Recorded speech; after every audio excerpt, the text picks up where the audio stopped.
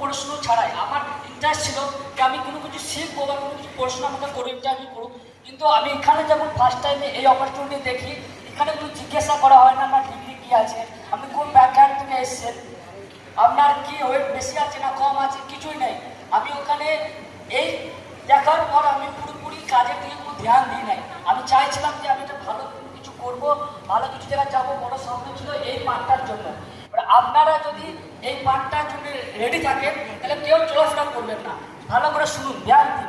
কারা কারা ফার্স্ট টাইমে এসছেন, ফার্স্ট টাইম এবং অপরচুনিটি দেখছেন, আপনি দেখলেন ব্যাকগ্রাউন্ড দেখলেন, আপনি রেজাল্ট দেখলেন, মানুষ ওজন বাড়িয়েছে ওজন কমিয়েছে, আমরা বাড়িয়েছি দুজনায় আর ওজন কম